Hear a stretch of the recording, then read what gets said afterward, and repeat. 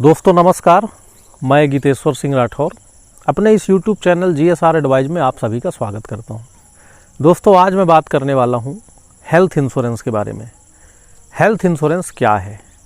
जैसा कि नाम से ही पता चलता है, हिंदी में अगर बात करें स्वास्थ्य बीमा। हेल्थ इंश्योरेंस ये वो इंश्योरेंस होता है जो हमको उस कंडीशन में हमको कवर देता है जब हम किसी बीमारी से ग्रसित होते हैं या हम हॉस्पिटलाइज्ड होते हैं। जब भी कोई ऐसी स्थिति आती है जब हमको हॉस्पिटल में एडमिट होना पड़ता है, और ये इंश्योरेंस जो है वहाँ के होने वाले खर्चों से हमें राहत दिलाता है। दोस्तों हेल्थ इंश्योरेंस क्यों लेना चाहिए? उसका एक सबसे बड़ा कारण है कि आने वाला जो समय है, जिस तरह से रोग बीमारियाँ तेज़ी से बढ़ती जा रही हैं, जिस तरह से हमारा खान पान बदल रहा है, आप देख ही रहे हैं कि कितनी तेज़ी से ब्लड प्रेशर बढ़ रहा है, कितनी तेज़ी से हार्ट अटैक हो रहे हैं लोगों को, कितनी तेज़ी से ब्रेन हेमरेज हो रहे हैं, पैरालाइज हो रहे हैं लोग, डायबिटीज़ के मरीज होते जा रहे हैं, कैंसर से जूझ रहे हैं लोग। तो कहीं ना कहीं हर व्यक्ति को बीमार होना है, और बीमार होने के बाद उसे जो है लंबे खर्च आने वाले हैं। उन खर्चों से अगर कोई हमें बचाता है तो हेल्थ इंश्योरेंस बचाता है। हेल्थ इंश्योरेंस हमको हमारे परिवार के साथ ज़रूर लेना चाहिए, और इसका जो खर्चा है मैं समझता हूँ कि बहुत ज़्यादा नहीं है। उन खर्चों को तो रोक नहीं सकते, मेडिकल के खर्चों को हम बिल्कुल नहीं रोक सकते, असंभव है। हम अपने परिवार के सदस्य को कहीं पर भी मरते हुए नहीं छोड़ सकते, वो हमारी मजबूरी है। उस कंडीशन में हमको हेल्थ इंश्योरेंस लेना चाहिए। दोस्तों जब परिवार में विपत्ति आती है ना, तो अच्छे अच्छे लोग हाथ खड़ा कर देते हैं, लेकिन हेल्थ इंश्योरेंस क्या करता है? हेल्थ इंश्योरेंस हमारे सभी हेल्थ शारीरिक जो बीमारियां हैं, और हम कभी भी हॉस्पिटलाइज्ड होते हैं तो उस समय हमको राहत प्रदान करता है।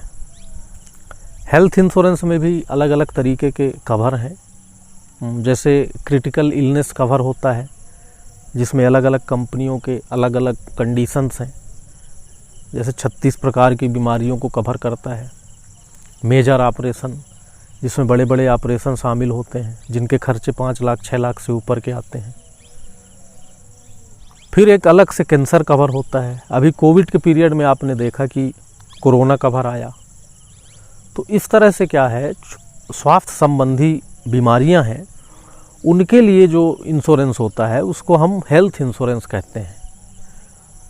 और जिस तरह से हम जो है अपने जब घर का निर्माण करते हैं तो हम चाहते हैं कि हमारा लेंटर जो है बहुत मजबूत हो, पानी आर पार ना हो, छपाई पुट्टी रंग रोगन ज़बरदस्त हो, सारा चीज़ हम अप टू डेट रखते हैं। लेकिन ज़्यादातर लोगों का, अधिकांश लोगों का जो पैसा है, बहुत सारा पैसा, बहुत सारा कमाया हुआ धन है, वो मेडिकल में चला जाता है। मैंने ऐसे ऐसे लोगों को देखा है दोस्तों, जिनके घरों में 10 से 15 हज़ार की मेडिसिन हर महीने आती है। तो बहुत बड़ा राहत देता है हेल्थ इंश्योरेंस। तो हेल्थ इंश्योरेंस के बारे में अपने एडवाइज़र से, अपने बीमा एजेंट से आप बात करिए, और ऐसा आप हेल्थ इंश्योरेंस लीजिए जिसमें सभी बीमारियां कवर हो, जिससे क्या हो कि ऐसा भविष्य में अगर ऐसा कोई कंडीशन बनता है, भगवान न करे, तो हमको उसका फ़ायदा मिल सके। और हेल्थ इंश्योरेंस आज की डेट में जितना ज़रूरी हमारे जेब में मोबाइल है, उतना ही ज़रूरी आज की डेट में हेल्थ इंश्योरेंस है। दोस्तों फसल बीमा होता है, फसल का लोग बीमा कराते हैं। दोस्तों मोटरसाइकिल का लोग बीमा कराते हैं। तो हम अपने शरीर का बीमा क्यों न कराएं? क्या हमारा शरीर उस लायक नहीं है? क्या एक मोटरसाइकिल से भी गए गुजरा है? तो हमको ये इंश्योरेंस जो है इसको भी प्राथमिकता में रखना है। और जब हम बीमा लेने जाते हैं, जब हम बीमा लेते हैं, जब हम इंश्योरेंस लेते हैं, लाइफ इंश्योरेंस लेते हैं, तो हमारी जो प्राथमिकताएं हैं वो किस तरह की होनी चाहिए? मैंने पिछली वीडियो में बताया है। हमारी प्राथमिकताएं होनी चाहिए, सबसे पहले हमारा रिस्क कवर, लाइफ का कवर, जो 50 लाख से कम 50 लाख से ऊपर तो होना ही चाहिए। इंश्योरेंस लेते हैं तो पहली प्राथमिकता हमको रिस्क कवर में रखना है, टर्म इंश्योरेंस लेना है, प्रोटेक्शन प्लान लेना है। दूसरा हमको लेना है हेल्थ इंश्योरेंस। और इसके बाद अगर हमारा बजट कहता है कि नहीं हम और सेविंग कर सकते हैं, तो ये सेविंग में नहीं आते, ध्यान रखिएगा। ये टर्म इंश्योरेंस और हम प्रोटेक्शन प्लान हेल्थ इंश्योरेंस लेते हैं, ये सेविंग में नहीं आते, ये हमारे लाइफ कवर हैं। उस कंडीशन में हमारी परिवार को इसकी ज़रूरत पड़ेगी जब हम इस दुनिया में नहीं रहेंगे, किसी दुर्घटना के हम शिकार हो जाएंगे, हमारे साथ कोई अनहोनी हो जाएगी, उस कंडीशन में ये हमारे फैमिली को प्रोटेक्ट करेंगे, उनको आर्थिक रूप से मजबूत बनाएंगे, उनको एक एक पैसे के लिए लाचार नहीं होना पड़ेगा, इसलिए हम ये ले रहे हैं। अगला आता है कि हमको अब सेविंग कैसे करना चाहिए। जो भी आपका सेविंग का पार्ट है, आपकी इनकम का 20% है या 30% है, जनरली लोग पूछते हैं कि कितना सेविंग करना चाहिए। कम से कम 20% तो आप सेविंग करिए। अगर किसी की इनकम 10,000 है, 2,000 सेविंग करें, 1 लाख है, 20,000 सेविंग करें। तो जो सेविंग का पार्ट है उसको आप अलग अलग हिसाब से रख सकते हैं। तो जब आपका लाइफ कवर अच्छा है, हेल्थ इंश्योरेंस अच्छा हो गया, तो आप सेविंग की तरफ जाइए, यूनिट लिंक योजनाओं का फ़ायदा लीजिए। 15% से 18% तक आपको रिटर्न मिलेंगे। अगर कोई व्यक्ति 100 रुपये डेली जमा करता है और लगातार 30 साल तक वो अगर पैसा जमा करता है, सेविंग करता है, तो उसके पास लगभग 1 करोड़ से ऊपर की इनकम, 1 करोड़ से ऊपर का अमाउंट उसके पास हो जाता है। हम ऐसे जगह पर निवेश करें जहां हमारा पैसा बढ़े। तो ये 3 चीज़ों का हमको ध्यान रखना है, और मैं वही आपको बताता हूं जो मैं अपने लिए करता हूं। मेरे पास टर्म इंश्योरेंस है, मेरे पास हेल्थ इंश्योरेंस है, और उसके बाद अब मैं सेविंग पे हूं। तो सेविंग भी मैं जो है ना तो मैं एंडोमेंट प्लान में सेविंग कर रहा हूं, ना तो मैं मनी बैक प्लान में सेविंग कर रहा हूं। मैं सिर्फ यूनिट लिंक योजना पे ही मैं अपना पैसा लगा रहा हूं, वहाँ पर मैं सेव कर रहा हूँ।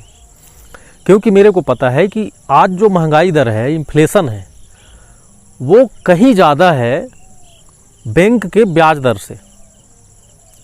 तो जब बैंक का ब्याज दर और इन्फ्लेशन में अंतर है, इन्फ्लेशन अगर ज़्यादा है और हम अपना पैसा बैंक पे रखते हैं, तो आप सोचिए कैसे हमको उसका रिटर्न अच्छा मिलेगा।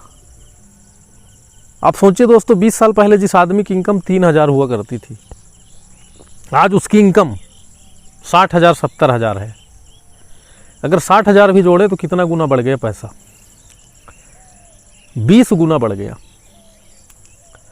अब आप सोचिए कि 20 साल पहले जो व्यक्ति पैसा जमा करना शुरू किया होगा, सेविंग अकाउंट में या ट्रेडिशनल प्लान में, इंश्योरेंस में ही किया होगा, तो उसका पैसा कितना होगा? मैं आपको एग्जांपल देता हूं कि अगर कोई व्यक्ति आज से 20 साल पहले 1 लाख सालाना जमा करता रहा होगा, 20 साल में उसका पैसा 20 लाख जमा हुआ, उस व्यक्ति को 25 से 30 लाख रुपए से ज़्यादा नहीं मिलेगा।